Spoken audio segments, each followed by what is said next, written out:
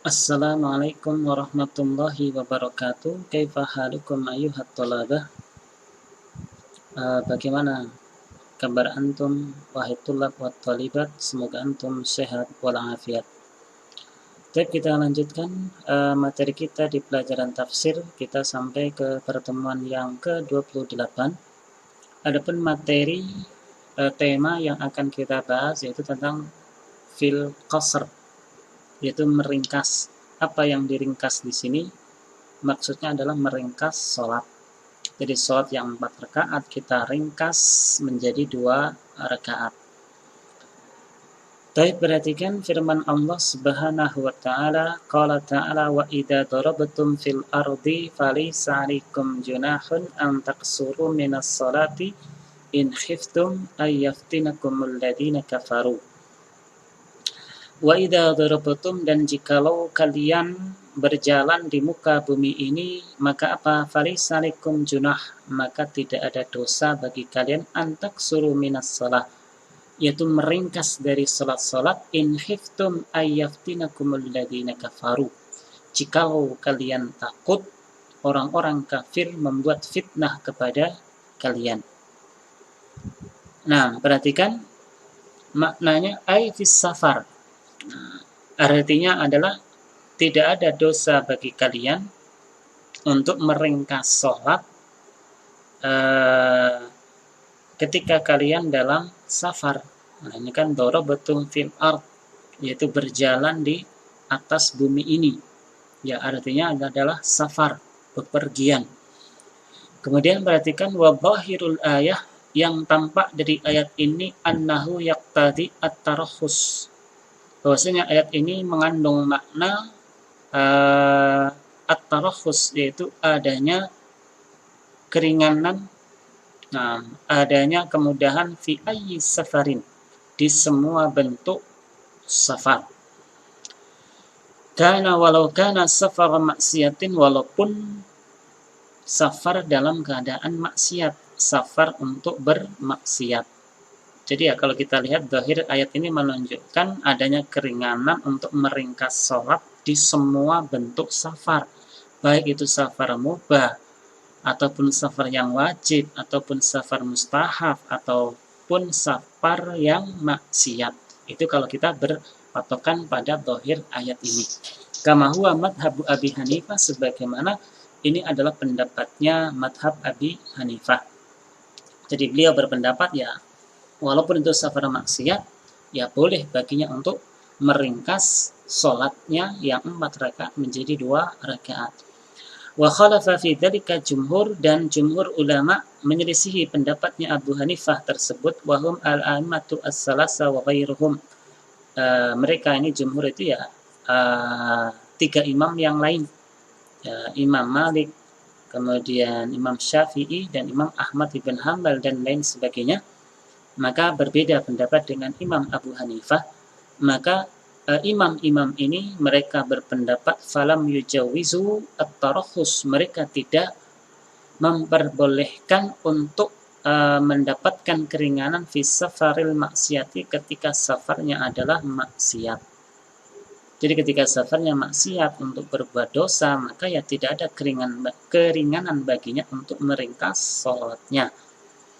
Takhsisan lil ayah, sebagai takhsis, untuk mengkhususkan lil ayah, untuk ayat ini, bil makna wal munasabah, sesuai dengan makna dan juga munasabahnya. Nah, nanti keterangannya dilanjutnya. Fa inna rukhsata, maka sesungguhnya rukhsah, keringanan, kemudahan itu adalah suhulatun minallah li ibadihi, adalah kemudahan dari Allah untuk hamba-hambanya.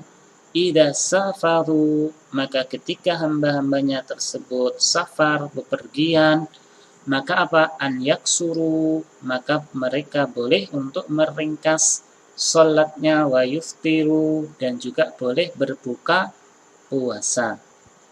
Walasi, adapun orang yang bermaksiat bisafarihi, dengan safarnya, la yunasibu halahu at-takhfif, maka ya tidak cocok baginya untuk mendapatkan keringanan. Kemudian di catatan kaki diperhatikan, nah ini perbedaan ulama di dalam masalah meringkas sholat ketika safarnya adalah safar yang maksiat. Bagaimana pendapat para ulama? Perhatikan, jamaahirul ulama, nah mayoritas daripada ulama adalah ala jawazil qasri fis safari al-mubah wa ghairihi, adalah memperbolehkan untuk meringkas sholat ketika safarnya adalah safar yang mubah, wa ghairihi, dan yang selain mubah, ya seperti safar yang wajib, ya seperti safar ketika ibadah haji yang pertama, itu adalah safar wajib. Kemudian safar mustahab, yaitu adalah safar dalam rangka ibadah haji yang kedua, dan lain sebagainya. Kemudian safar mubah, itu ya seperti safar dalam rangka untuk bertanazuh, yaitu rekreasi ataupun untuk berdagang. Kemudian di sini dikatakan illa an yakuna safar maksiatin, kecuali kalau safarnya itu maksiat. Fala yajuzu khina idin, maka tidak boleh. Jadi ketika safarnya itu adalah safar maksiat, maka ya tidak boleh untuk meringkas sholatnya. Ini pendapat mayoritas jumhur ulama. Wa huwa madhabu Malik wa Syafi'i wa Ahmad, dan ini adalah pendapatnya Imam Malik, Syafi'i, dan Imam Ahmad. Wa ruwiya an Ibnu Mas'ud, dan juga diriwayatkan dari Ibnu Mas'ud bahwasanya beliau berpendapat la yajuzu al-qasru, tidak boleh untuk meringkas salat illa fi safari hajjin aw ghazwin, kecuali untuk safarnya dalam rangka ibadah haji atau berperang di jalan Allah. Wa fi riwayatin anhu, dan dari riwayatnya beliau Ibnu Mas'ud, la yajuzu illa fi safari ta'atin, tidak boleh untuk meringkas salat kecuali safarnya adalah dalam rangka ketaatan. Wala yustartu kaunuhu wajiban, dan tidak disyaratkan safarnya tersebut adalah sesuatu wajib, yaitu safar yang wajib. Jadi ya safar yang taat, safar yang mungkin mustahab, ya maka boleh untuk meringkas sholatnya. Wabihi qala Atha fi riwayah, dan ini adalah pendapat Imam Atha di dalam riwayat yang lain. Wa qala Al-Auza'i wa Abu Hanifah wa Sauri wal Muzni, berkata Imam Auza'i, Abu Hanifah, Sauri, dan Muzni, yajuzu al-qasru fi safari maksiatin wa ghairihi, boleh untuk meringkas sholat ketika safarnya itu dalam rangka maksiat. Ya, ala kulli hal ini adalah khilaf para ulama, akan tetapi pendapat yang lebih tepat adalah bahwasanya boleh meringkas sholat ketika safarnya bukan dalam rangka maksiat. Adapun dalam rangka maksiat, maka pendapat yang lebih tepat adalah tidak boleh untuk meringkas sholat. Kemudian perhatikan qauluhu, perhatikan firman Allah, falisanikum junahun an taksuru minas sholati, dan tidak ada dosa bagi kalian untuk meringkas sholat. Ay la haraja wa la isma alaikum fi dzalik, tidak ada dosa. Haraj dan isam itu maknanya sama. La haraja wa la isma alaikum fi dzalika, tidak ada dosa bagi kalian fi dzalika, dalam masalah itu, yaitu meringkas sholat. Ya, ketika kalian meringkas sholat ketika safar, ya nggak ada dosa bagi kalian. Nah, ini perhatikan, wala yunafi dzalika qauna al-qasri huwa al-afdal, dan pernyataan ini ya tidak menafikan keberadaan meringkas sholat itu adalah sesuatu yang paling utama. Jadi ya walaupun lafadznya itu laisa alaikum junah, tidak ada dosa. Nah, ini tidak menafikan, tidak meniadakan bahwasanya qasr itu adalah yang paling utama, yang lebih baik. Kenapa demikian? Li'anna nafyal haraj, karena menafikan haraj, dosa, itu adalah apa? Izalatun, untuk menghilangkan li ba'dil waham al-waqi' fi katsirin minan nufus, untuk sebagian prasangka praduga yang terjadi di kebanyakan jiwa manusia. Jadi ya untuk menghilangkan praduga prasangka yang terjadi di dalam mayoritas manusia. Bal, dan justru wala yunafi al-wujub, dan juga tidak menafikan, tidak meniadakan yang wajib. Kama taqaddama dzalika fi suratil Baqarah fi qoulihi inna safa wal marwata min sya'airillah, sebagaimana yang telah lewat di dalam pembahasan surat Al-Baqarah di ayat di dalam firman Allah, inna safa wal marwata min syairillah, bahwasanya Safa dan Marwah itu adalah termasuk syiar daripada ibadah haji. Ya, dulu orang-orang kaum muslimin itu yang menyangka bahwasanya sa'i itu adalah bukan syiar agama Islam, karena memang awalnya orang-orang Arab jahiliyah mereka melakukannya. Maka mereka kaum muslimin merasa berat untuk melakukan sa'i tersebut. Kemudian turun ayat ini yang menjelaskan bahwasanya sa'i berlari-lari antara Safa dan Marwah itu adalah merupakan syiar dari agama Islam. Kemudian wa izalatul wahmi, dan menghilangkan prasangka praduga dugaan fi hadza al-maudhi, di dalam masalah ini dhahirah, nampak sekali. Kenapa demikian? Li'anna sholata, karena salat itu qad taqarrara indal muslimina wujubuha ala hadhihi sifati at-tamati. Karena sungguh bagi kaum muslimin kewajiban salat dalam keadaan sempurna, yaitu tanpa diringkas, yaitu sudah meresap ataupun sudah mendarah daging di dalam diri kaum muslimin. Jadi kaum muslimin sudah paham, sudah mengerti bahwasanya sholat dalam keadaan sempurna, yaitu 4 rakaat tanpa diringkas, itu adalah suatu kewajiban yang sudah mereka pahami bersama, sudah meresap dalam jiwa mereka. Wala yuzilu hadza an nufusin aksarihim illa bidzikri ma yunafihi. Ya, maka tidak akan hilang yaitu hal ini di dalam mayoritas jiwa kaum muslimin illa bidzikri ma yunafihi, kecuali dengan menyebutkan sesuatu yang menafikannya atau yang meniadakannya. Jadi karena sholat dalam keadaan sempurna 4 rakaat tanpa diringkas itu sudah meresap dalam jiwanya kaum muslimin, maka untuk bisa menghilangkan ini, yaitu kewajiban untuk sholat 4 rakaat tersebut, supaya bisa hilang di kaum muslimin, maka harus bisa mendatangkan sesuatu yang meniadakannya, yaitu bagaimana, apa dalilnya, apa buktinya sholat yang tadinya 4 rakaat kok bisa dijadikan menjadi 2 rakaat, maka harus bisa menyebutkan dalil buktinya. Kemudian perhatikan wa yadullu ala afdaliyatil qasri alal itmami amrani. Perhatikan bahwasanya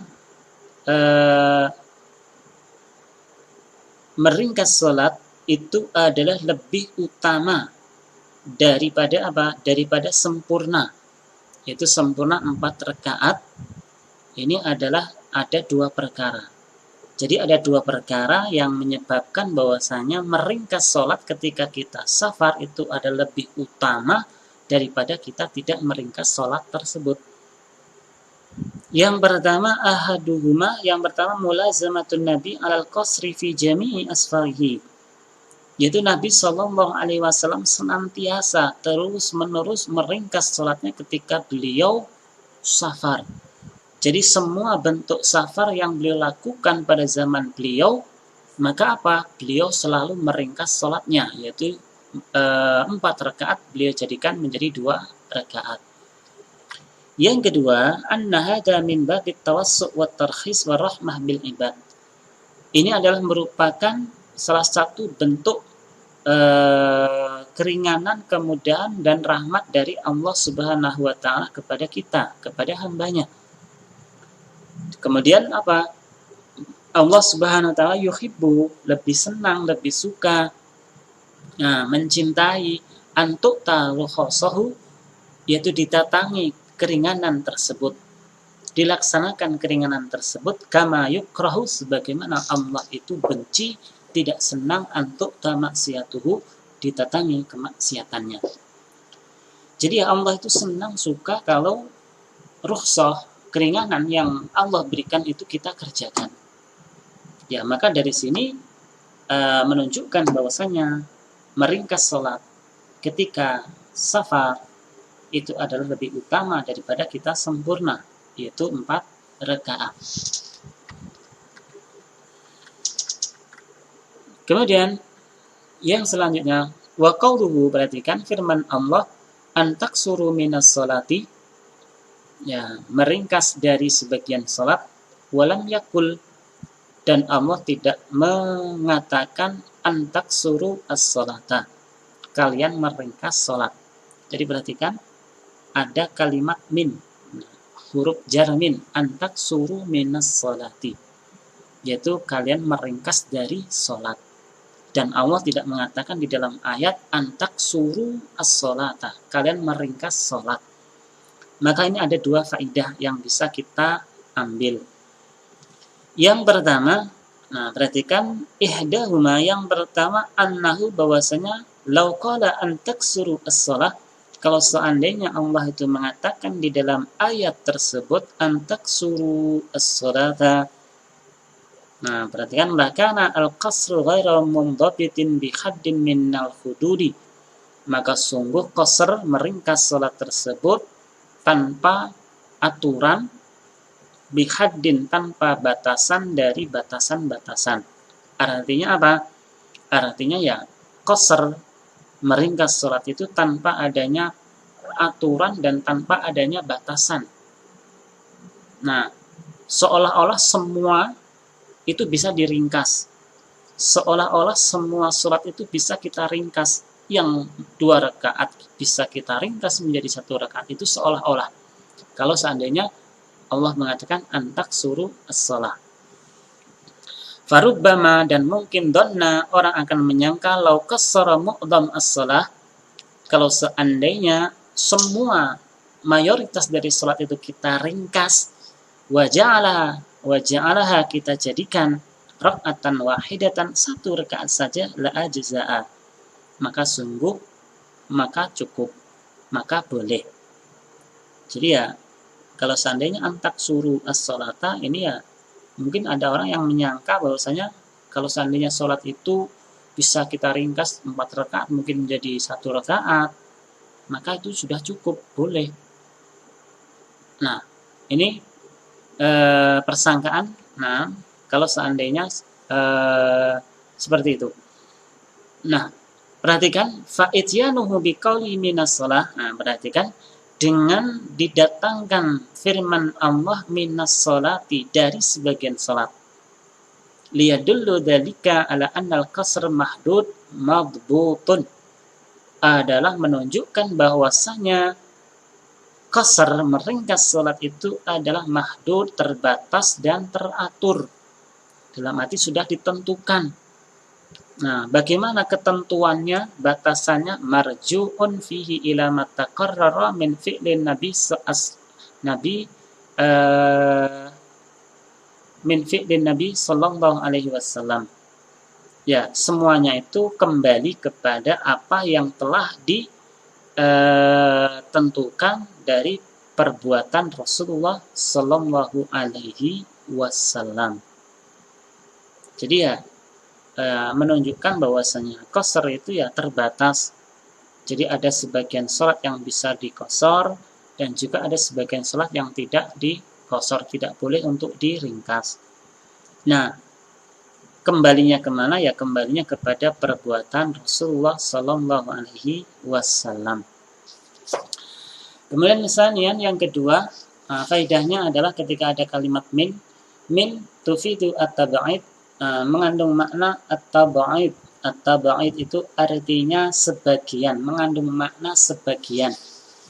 Liya'lam, supaya diketahui, bidzalika, dengan itu, yaitu dengan adanya min di dalam ayat tersebut, annal qasra, bahwasanya mengqassar salat, li ba'dis salawat al-mafrudati la jami'iha, bahwasanya mengqassar salat itu adalah untuk sebagian, perhatikan, sebagian salat yang fardu, bukan semuanya.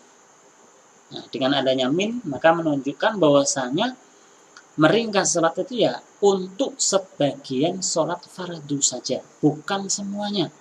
Fa'inal fajr wal maghriba la yuqassirani wa innama alladhi yaksuru as-salah ar-rubaiyah min arba'in ila rak'ataini. Nah, sesungguhnya sholat subuh dan juga sholat maghrib itu ya tidak boleh untuk dikosor, tidak boleh untuk diringkas. Akan tetapi yang boleh diringkas itu adalah sholat yang 4 rakaat, diringkas dari 4 rakaat menjadi 2 rakaat. Fa'idha taqarrara annal qasra fis safari rukhsah, dan apabila sudah meresap ataupun sudah diketahui bersama bahwasanya mengqasar itu ketika safar adalah merupakan rukhsah, merupakan keringanan, fa'lam, maka ketahuilah annal mufassirina, sesungguhnya para mufassir ahli tafsir qad ikhtalafu fi hada al-qaid, maka mereka berbeda pendapat di dalam qaid. Qaid ini adalah ikatan, yaitu kalimat in khiftum ayyaftinakumul ladina kafaru. Jikalau kalian takut orang-orang kafir itu membuat fitnah bagi kalian.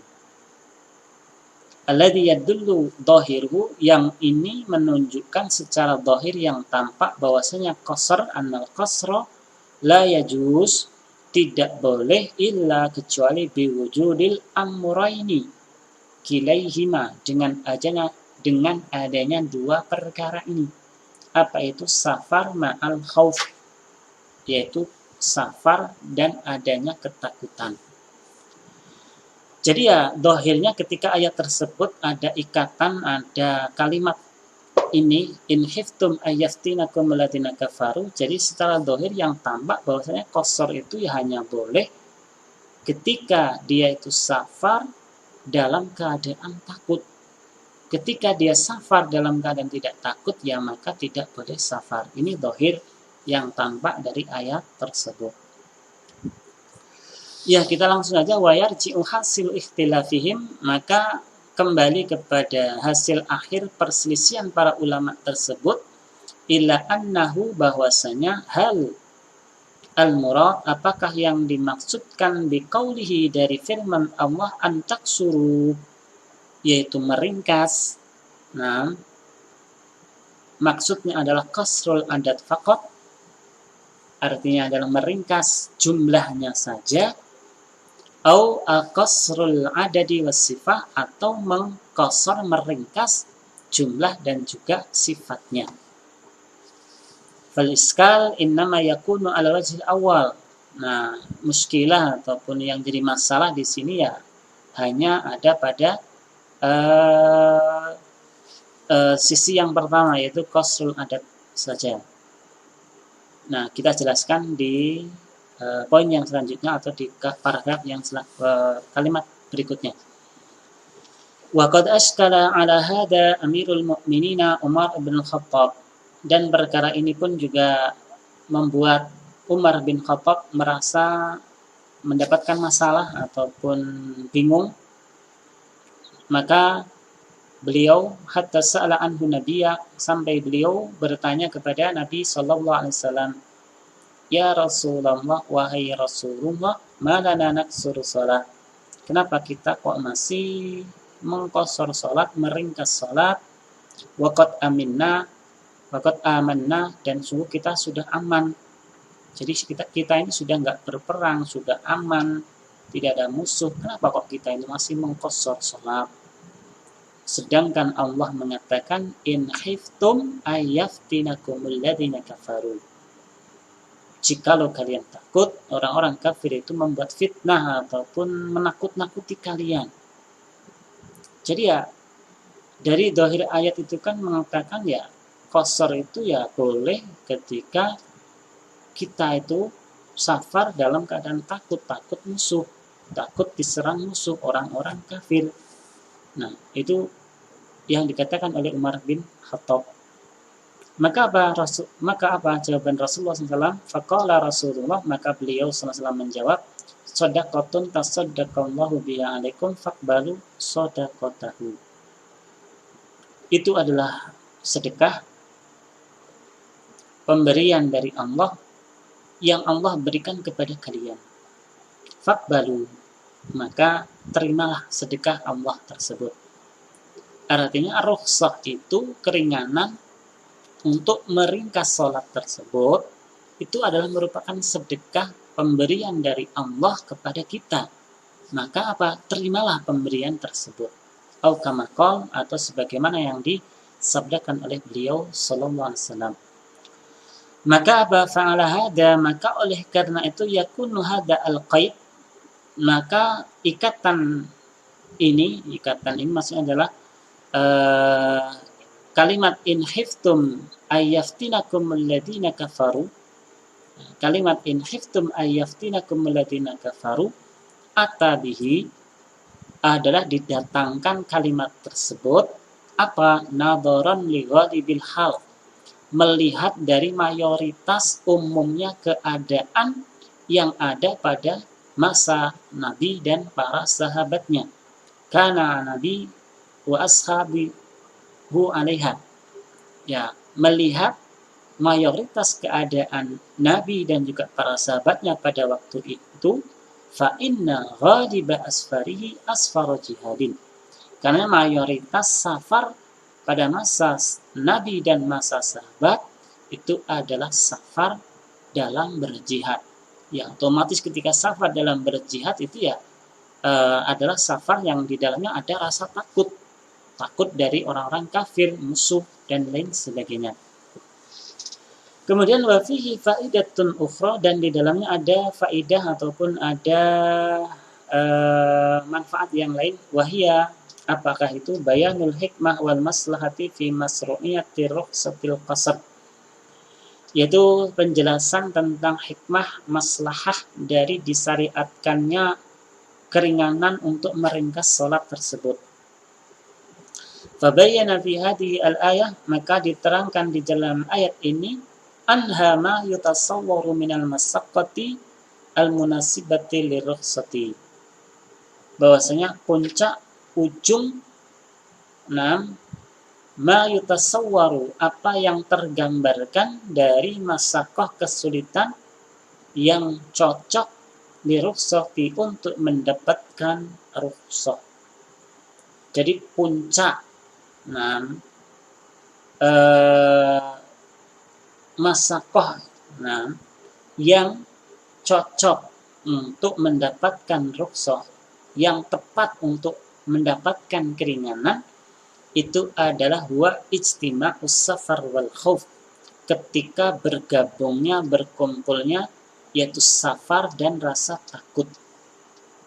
Nah, itu adalah puncak ujung masyaqqah yang sehingganya mendapatkan rukhsah keringanan untuk meringkas sholat, yaitu ketika safar, kemudian ada rasa takut, takut dari musuh, takut di orang-orang kafir dan lain sebagainya.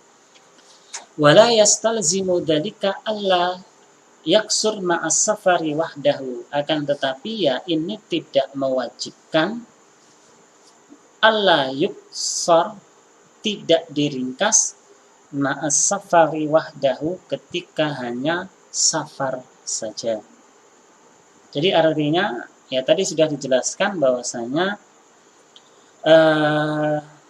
masyaqqah kesulitan yang paling tinggi, yang paling puncak sehingga mendapatkan rukhsah itu ya ketika safar dan ada rasa takut. Akan tetapi ya ini tidak mengharuskan